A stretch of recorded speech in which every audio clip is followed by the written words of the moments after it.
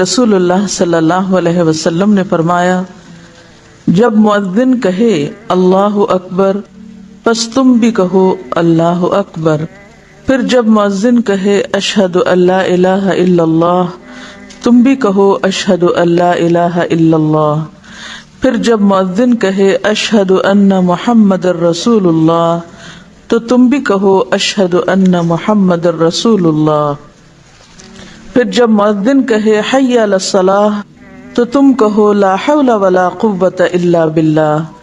پھر جب مؤذن کہے حی علی الفلاح تو تم کہو لا حول ولا قوۃ الا باللہ،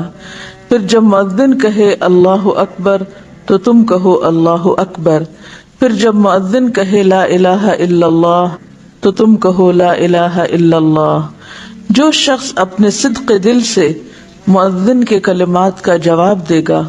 تو ایسا